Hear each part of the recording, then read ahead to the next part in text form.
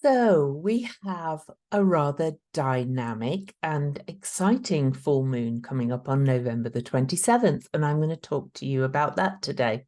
We're going to look at the chart, but first we're going to talk a little bit about the numbers and so on. But it's going to be at 4 degrees of Gemini, opposing the Sun at 4 Sagittarius, which is always a dynamic combination. I should know. I'm born with a almost on a full moon, a Gemini full moon.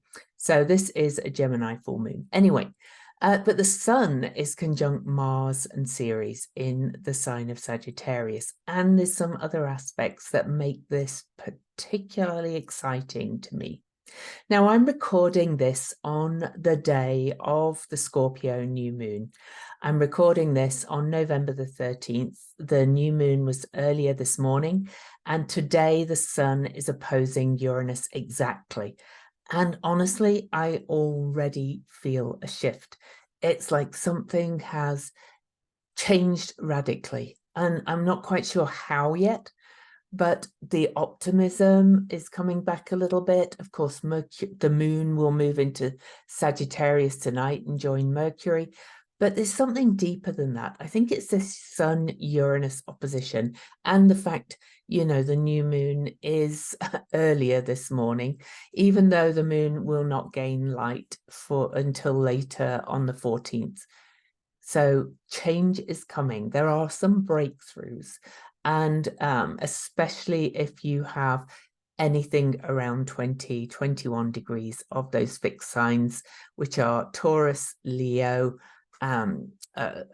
Aquarius. I missed one. Scorpio. Of course, the Scorpio new moon. Anyway, on to this exciting and dynamic Gemini full moon on the 27th. And I pulled a card and I kid you not, I pulled the King of Torches, okay, from the Red Seeds Tarot by Linda Hill on Etsy in the UK, if you want it. I'll let you soak up his image. Fire, fire, fire, even though it's an air sign, but there's that much fire opposing it that it's like, okay, now, funnily enough, this card is I am dynamic, and I'm going to read you the quote first of all from the book. This world, which is the same for all, has not been made by any god or man, but it always has been, is, and will be an ever-living fire. That's Heraclitus. The soul journey. Like this king, we are all masters and leaders of our life. He encourages us to trust ourselves and our instincts and to not worry if others don't keep up with us or disagree with us. The fiery king offers us abundant vitality, good health, and creative inspiration.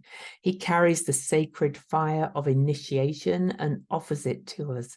And we can be confident that our gathered knowledge and wisdom will bring us achievement, joy, and satisfaction.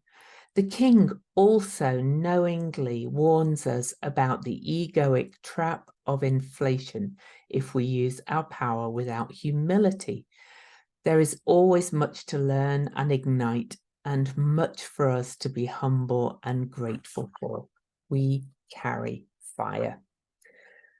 Oh, is that not a relief? I'm honestly, when I look at this full moon, I think, oh, no wonder I'm starting to feel this shift and this change and this more optimistic kind of, yes, we can do this, we can create this kind of energy.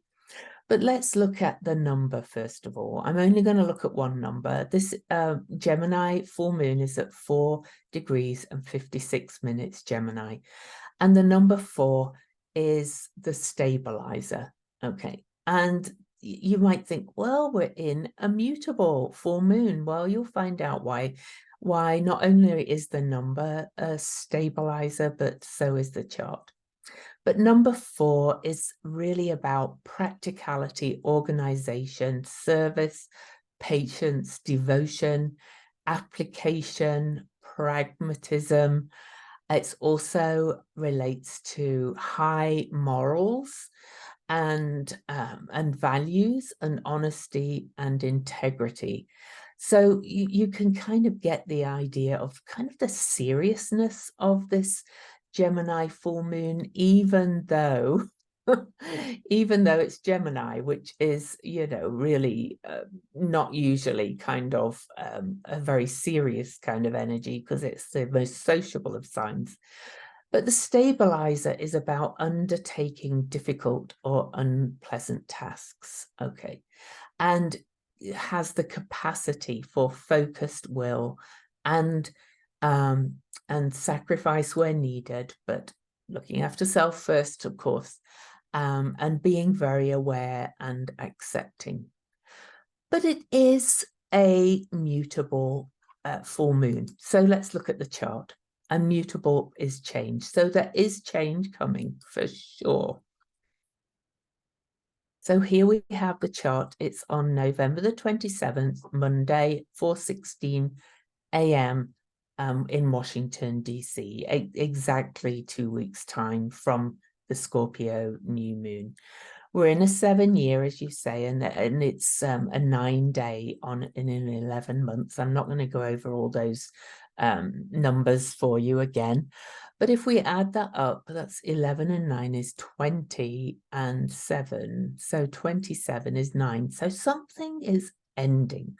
This is definitely a kind of 9-day universally. So not only is it a 9-day, literally 2.2 plus 7 is a 9 universal day. So anyway, look at this. We have a Gemini moon, and that is at 4 degrees 51, sorry, not 56, I remembered wrong, is opposing the sun, of course, because the full moon is always an opposition. Sagittarius sun, yay, Sagittarius season, cannot wait, my season. But it's conjunct Mars and it's conjunct Ceres. And if you remember, we just had this Scorpio new moon that was conjunct Mars and Ceres, but they were all in the opposite direction. Mars was here, Ceres was here, but so they've swapped places, but they're all still conjunct. And this is about truth and freedom, but we'll talk about what it all means in a minute. But look at this. We have a mutable grand cross or grand square, which is a very stable but tense kind of energy, and it's immutable signs. And so change is coming, but we are being asked to integrate all these elements that I'll talk about, to change, yes, but to take on that hard task that we talked about and to focus the will. The Grand Cross is a very focused energy, even though this is in mutable signs, which are about change. So we're being asked to focus on being the change we'd like to see in the world. Now, at the other ends of this mutable Grand Cross, we have Saturn here in Pisces, about to leave the degree that he's stationed direct at. In fact, will leave later on the 27th. We'll move to 1 degree. So Saturn is on the move. So I'll talk about that. At the opposite point, and I am going to say that these are all tied in together because of all the other things, we actually have Hecate and Black Moon Lilith at 5 and 6 degrees of Virgo. Now, if you remember, those two were the companions, along with Juno, of Venus in her summer's retrograde in Leo. And Venus has now moved. She's still in her own sign, okay, Libra, and she's conjunct the South Node. She's activating the eclipse energy from October the 14th, the Ring of Fire eclipse that we had. And so that's pretty relevant too. But also on this day of this full moon is the exact conjunction of the North Node and Eris that I did a video about way back when. That has been working us right through the eclipses. and Eris, the goddess of discord. So change, more discord is coming, but it really kind of feels like positive change is coming at this point. Okay. So I'm not going to talk loads about all the other energies. I will be talking about one other aspect, and that is Mercury in the sign of Sagittarius will be in an almost exact square, and will square later in the day Neptune in Pisces. So I'll talk about that too. So let's stop the share and just talk. So first of all, this is a moon in Gemini, and Gemini is about communication. Gemini is intelligent, very quick, a quick study, very light on its feet, very lively, very useful, also very scattered and inconsistent, but it's very, Gemini is very adaptable and dexterous and versatile, but also restless. So, you know, it is this moon, and the Gemini moon is kind of like always scattered, very ADHD. My Gemini moon is that of that kind of energy. I'm not saying it's medically or whatever scientifically ADHD, but I always think of Gemini moons as very ADHD in nature, at least ADD. So inattentive, like scattered, squirrel kind of energy. And so that's the moon. We have the moon in the sign of Gemini, but it's opposing Sagittarius. And the Sagittarius energy is the strongest in this chart. The sun is at 4 Sagittarius. Mars is conjunct the sun at 2 Sagittarius, and Mars is a fiery, passionate, will-driven energy and loves to be in a fire sign. And then we have Ceres, which is about what nourishes us, what feeds us. Now, Sagittarius is optimism, and Sagittarius is freedom and independence. Sagittarius is also very curious, as is the Gemini moon. So there's a lot of curiosity on this full moon, okay? And Sagittarius is also adaptable, but Sagittarius is more the explorer of experience, whereas Gemini is more explorer on the mind, okay, and by communication. But Sagittarius is expressive and has a lot to say, but really can be quite forceful at times, especially with Mars there. And so this Sagittarius energy is very much, I'm going to tell you my truth. And the Gemini moon is really kind of saying, okay, we need to listen to each other then. If you tell me your truth, I have to tell you my truth. But the Sagittarius really is about understanding. And the whole Gemini-Sagittarius axis is about truth and knowledge and communication and understanding. The Sagittarius is also about belief, and can be very much about these are my morals. Remember, I said the 4 was also a high moral number. So this full moon really is about expressing higher morals, higher truths, and communicating them to each other and coming together in community. But also Gemini moon is really about changing your perceptions a little bit as well, due to kind of the emotional response to what you're hearing, what other people say as they speak their truth. But this is a very broad-minded full moon, and it's very dynamic, fire and air. The ideas are bursting all over the place about people's beliefs and aspirations and so on. So there could be a little bit of quick-temperedness. There could be a little bit preachy kind of energy with this much Sagittarius. But all in all, it's very hopeful, because how can things change unless we are prepared to listen to others, talk to others, and to express our truths and to hear other people's truths. All right. How are we to change if we don't do that? So you might guess that I'm feeling quite excited by all this, but it's all hitting my Mercury and my Mars. So yay. But we also have Sagittarius, Ceres in Sagittarius, which is another lively, adventurous and playful kind of energy. But Ceres in Sagittarius is really about saying what nourishes us is this adventure and this exploration and aspirational beliefs and seeking that and pursuing our dreams and goals with passion, which is Mars.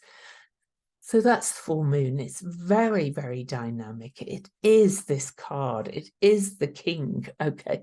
It really is the king of torches. And I remind you again of this creative power of fire that is constantly kind of regenerating. And so you're going to feel very vital, very inspired creatively, inspired belief-wise, inspired to go out and seize the day as it is, and to really kind of step into your truth. But remember, I said that the 4 is also practicality, organization, exactitude, patience, and devotion. That brings me to the other 2 corners of this mutable Grand Cross. Now, of course, a Grand Cross is 4, and it's the 4 elements. It's the 4 corners of the earth. It's the 4 spokes on the medicine wheel. And we have Saturn in Pisces, which is about source and spirit and interconnectedness. And Saturn has been retrograde for most of the summer, right through from 7 degrees back to 0 degrees. Saturn stationed retrograde on June the 17th and stationed direct on November the 4th. So he's you know, as I said, just about to move onto a new degree. He's been sat at that 0 full card degree for quite some time, but he's about to move to 1 degree, which is a new start. So he's gained speed. Lessons have been learned about boundaries, about limiting beliefs, and about really the wisdom and elder kind of wisdom of building our connections and knowing that we are all in this together. And that is the watery energy. So that is going to kind of connect us with our intuition, with source, with spirit. So we have the fire and air of the full moon and Saturn in the sign of source, connection, the mystery, that subconscious, the collective subconscious. And then in the earth spoke of the wheel for this full moon, which is so amazing. We have Hecate, who is the lady of the lamp, the way shower. She is right here behind me. This is Hecate. She's the keeper of the keys, the goddess of the crossroads. She shines her lamp and shows us our way when we are lost, and helps us to find our way. It's also came to mind during my Venus retrograde, where Hecate was accompanying Venus through the retrograde, that she is also very much the connector of the worlds. In shamanic realms or in shamanic practices, we have 3 worlds or realms, which really are within us. So we have the middle world, where we live, where we exist. This is our known reality. Then we have the upper world, which is the connection with source, with the planets, with the cosmos, with the mind of God, if you like. And then we have the underworld, which is our deepest inner self, our soul, if you like. And Hecate has the keys to connect all of that. And Hecate is here in the sign of Virgo, and Virgo means one who is whole unto oneself. Virgo is very holistic and is very much about finding that meaning through service, doing the right work, doing meaningful work. And Black Moon Lilith is conjunct Hecate over there in Virgo. And that is about showing us that really the path to wholeness is through the acknowledgement and acceptance and healing of old traumas, old shame, old vulnerabilities, old wounds, if you like, old feelings of being rejected, old feelings about not being heard or accepted in any way. And Hecate is showing us that the way to healing is through exploration and healing of those and coming into wholeness. So, this could not be more exciting to me, dynamically exciting, so to speak. We have this, powerful, mutable Grand Cross combining all the elements in this full moon, in a passionate full moon that says we can create dynamic change if we all communicate with each other, and if we think about the collective, what the collective needs, what's in the mood of the collective subconscious. And then if we bring it into right work and practical service, practical mysticism, because this 4 is so powerful. It's at 4 degrees, and we have 4 spokes of the wheel on this full moon, bringing in all the elements. So I just want to remind you again of this number 4. As I said, it's related to high morals, honesty, integrity, but it's also related to inner wisdom, self-control, and progress and justice. It's got a seriousness about it, despite this being a Gemini moon. This is saying, we need some stability. We need to pull everything together in very practical ways. Okay, and use practical thinking. That's the 4 as well. Now, the 4 is said to relate to Mercury, Uranus, and Saturn. So it's kind of got this change kind of energy, but also this determined kind of energy. And this is related to, this is from my favorite numerology blog, the numerology the numbers and their meanings.blogspot.com. The link is always in the description because I just love that site. But it's related as well to the Emperor tarot card. That is the number 4. And so let me tell you what the Emperor tells us, right? Because we need that too. And that is, I am agency. And I'm going to read you the quote from this. I'm not going to read you the whole quote, but this is saying we have the agency to do this, to bring this change, to bring more stability. I am he who lives and was dead, and behold, I am alive forevermore. Amen. And I have the keys of Hades and of death. And that was from Revelation and said to be the words of Christ. So this is really the energy of Hades, that underworld. But it is about going into that underworld to know that we are always being reborn and healing and creating this stability. So it's a lovely, lovely full moon. I could not be more excited about it, to be quite honest.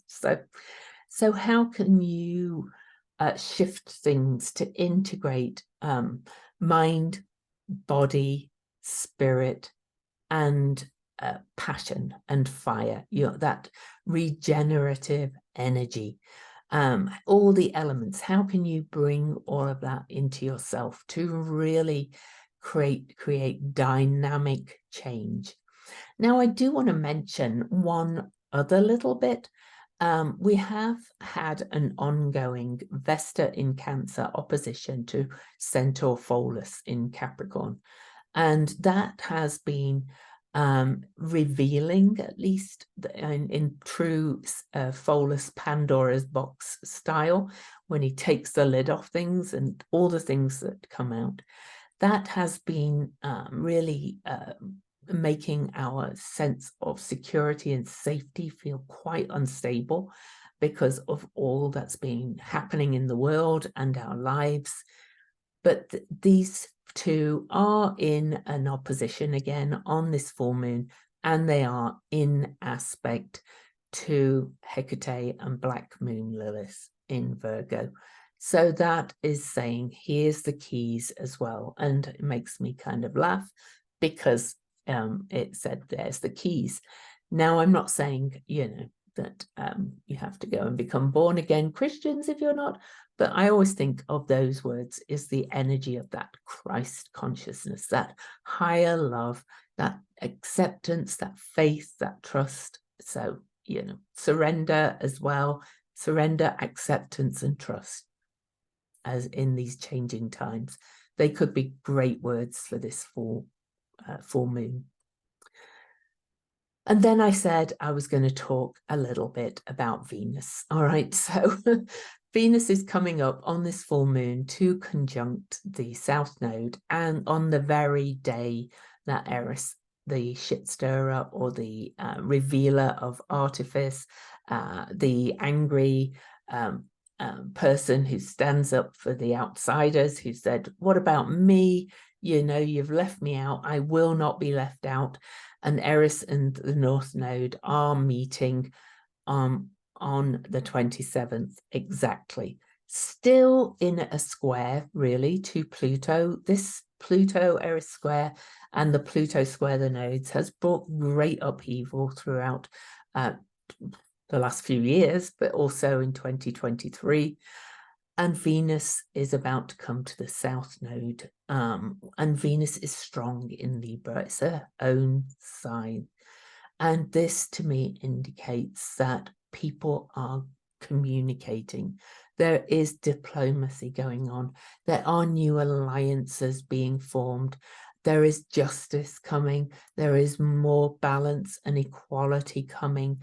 And people are not going to be marginalized and left out anymore. They're all going, what about me? And no, I'm not taking this anymore. So that's kind of my take on this Venus coming up to the South Node on the day that Eris reaches the North Node. But also in trine aspect to the North Node Eris conjunction is Mercury in Sagittarius, speaking the truth. The words of justice, the words of higher morals can be, again, a little bit forceful, a little bit dogmatic, but maybe we need a little bit more kind of, well, this is right, this is not right and this is right. Maybe we need a little bit more ethical, higher belief kind of behavior. But anyway, that's my opinion.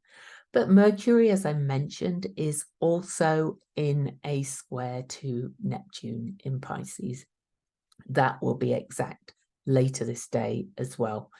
All these are at 24 degrees, by the way. So there's also a lot of sixes, which is another creative number. But anyway, that's an aside. But this Mercury in Sagittarius square to Neptune in Pisces, with Mercury moving fast now and will connect with the galactic center. Neptune has been in this ongoing square to the galactic center that will continue right through next year, as I will tell you on my 2024 preview. I'm doing that live this week, Wednesday the 15th, but it's going to be available to purchase for a download as well afterwards. But anyway, Sagittarius and Pisces are both about faith, belief, trust, acceptance, surrender. And Mercury, the messenger close to the galactic center, is getting these kind of downloads, if you like, from the mind of the cosmos or God or whatever you want to call it, of saying, you know, this is kind of the truth. This is the truths we get to live by. And so there's a big change going on there, because that's also mutable signs, of course. Well, before I read the symbols, don't forget to subscribe to my channel and give me a thumbs up, leave me a comment. I do answer to, or at least give a like to all the comments. I do read them all and I really appreciate them. Also, you know, if you could watch to the end, that also helps, you know, my numbers and things, etc.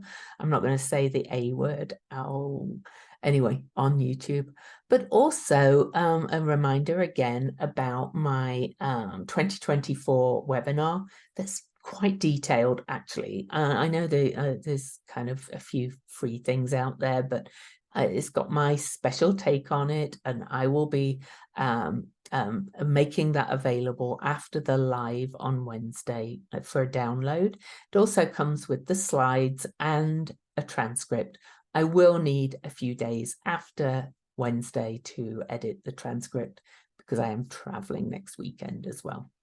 But what was I going to say? Also, my Substack blog. If you haven't found your way to my Substack blog yet, I do blog daily, the daily energies. So you could also subscribe to that.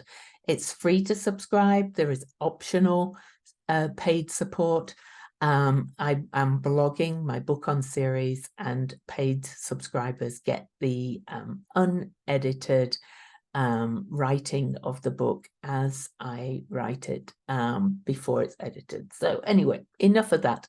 I think it's time to move on to the symbols on this, what I think is a pretty exciting full moon, right? So I'm going to read the Sabian symbol first. So we go to Gemini 5. We always go up. And this is, well, Rudyard said the symbol was a revolutionary magazine asking for action. James Burgess says it's just a radical magazine. James Burgess says that this is about going beyond established limits. Discovery leads to an unwillingness to accept the status quo, going beyond established limits and collective opinions. Any sustained push in one direction must inevitably trigger a pushback of equal intensity. Such is life at root. However much the powers of civilized authority require conformity, there will always be those who choose at whatever cost to reach beyond the boundaries to discover what lies there. Almost by definition, these are the lawbreakers, the marginals, and the weirdos who tend to be feared, ridiculed, and scapegoated. My opinion on that is that, yes, this has this, you know, we've got Eris conjunct the North Node on that day. We've got Mars conjunct the Sun in the sign of truth and speaking the truth. We've also got Mercury square to Neptune, Mercury in Sagittarius, speaking these beyond the limits truths, if you like. So it does have this kind of radical, kind of outsider feel. However, the stability of the full moon kind of really makes me feel that they are going to be heard, and, you know, that change is coming, perhaps in our governments, in the alliances and things like that, but also in our own lives. So that's kind of my feeling about that. That's why I like the Rudyard way, a revolutionary magazine asking for action. Change has to come. So yeah, you get the idea. And I know you're all going to put your swing on that, but I think we won't really see how that's going to be revealed until possibly nearer the time. It does make me kind of think, though, of that number 4 card, the Emperor, or the Hades card. So I just want to remind you of that card again. I'm not going to, well, I'll show you the picture in the book. I'm not going to try and find the card. This is the Lord, Hades. You can see it. There's the card. And remember, the quote was from the Christ in Revelation. I am he who lives and was dead, and behold, I am alive forevermore. Amen. And I have the keys of Hades and of death. And of course, the message was about that it's in you.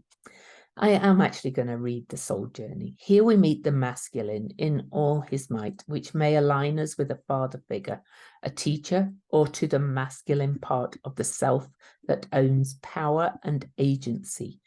This is a thinking archetype holding vast knowledge that we may want to listen to. Creating form, structure, and leadership arises from this practical and critical mind. What are we forming, creating, or overseeing? Are we organized as well as creative? Will we abide by all the rules? Be mindful, this archetypal energy can at times paralyze us with an overbearing rigidity, authority, and domination. The Lord's gifts, the card's gifts to us are knowledge, power, authority, leadership, courage, and vision. I'll let you take from that what you want. But anyway, we have one more symbol to read. We have the Chandra symbol. So the whole of John Sandbacher's text on this symbol is, well, let me tell you what the Chandra symbol is first. It's an immense tortoise with jewels inlaid on its back. You can feel other people's need to communicate and the gulfs that need to be bridged if this communication is to happen. And since it's true that we create our own reality, these gulfs are self-imposed and show that the people who created them are conflicted about communicating. They want to and yet are afraid of it, or at least believe it's going to be difficult. You sense that behind all ideas are deeper forces at work, which, if we can contact them, can bring us together in wonderful ways. People can have difficulty understanding you and may try to discourage you from your deep digging. You are always impelled, though, to keep meeting the challenges of connecting with people, for it is your destiny to stretch the understanding of others and to help them communicate more deeply with themselves. So that tortoise with the jewels inlaid on its back, the tortoise moves slowly. And this is it may be mutable and dynamic, but it is a very stable structure, right? Because it's a grand cross, and that can bring tension, but also the need to listen to all 4 sides. So it's a little bit slower because it has to take the time, it has to slow down. But anyway, the tortoise moves slowly, just as communication may proceed slowly when 2 people are called to each other across a wide, deep canyon. The jewels in the tortoise's back are the rich potentials being communicated or being carried across the canyon that separates ourselves from others. And it's important to see that the tortoise, who always looks only forward or from side to side, can't directly see the beauty and wonder of what he carries. It's likely to take a lot of time and effort to communicate these riches. And remember, this is happening within yourself as well as with others, right? So the 2 people across the canyon from each other, or the 2 parts of yourself, may need to use other means, hand signals, waving, more careful listening, or they may need to find a way to get closer to each other to bridge the gap that separates them.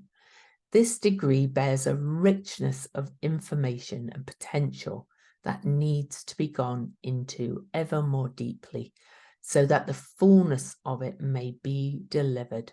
This is a place where Gemini is compelled to slow down and clarify itself so that these precious riches are not wasted. I know what it brings up for me, both within myself personally and what's happening in my life and the world, but I'll let you take from it what it means for you. But just know, this is such a lovely, well, it's a lovely full moon, but it's also powerful. And it would be easy to, step out of that stability and focus too much on either side.